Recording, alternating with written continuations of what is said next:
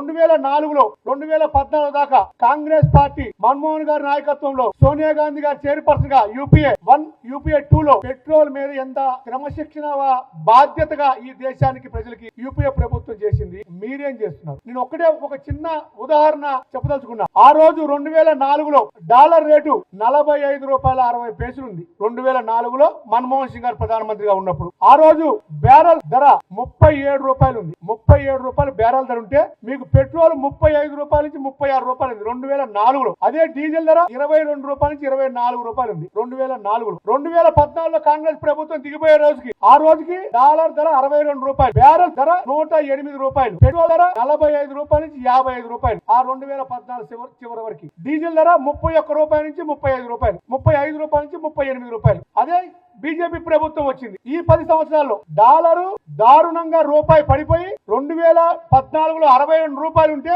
ఈ రోజు 96 రూపాయల 84 పైసలు. మీరు బ్యారెల్ ధర 110 రూపాయలు ఉంటే డీజిల్ ధర 111 రూపాయలు. మీకు ఇంకోటి కూడా గుర్తు చేయదలుచుకున్నా. 2008లో ప్రపంచంలోనే ఏ రోజు కూడా లేని అంత ధర బ్యారెల్ ధర 147 రూపాయలు హైక్.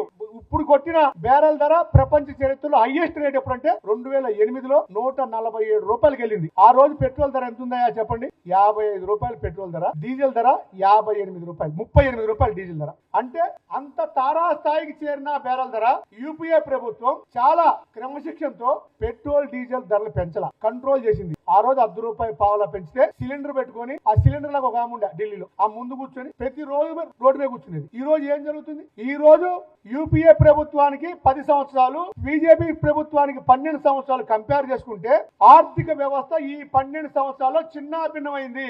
ఆర్థిక వ్యవస్థ కుక్కలు చింపిన విస్తరైంది.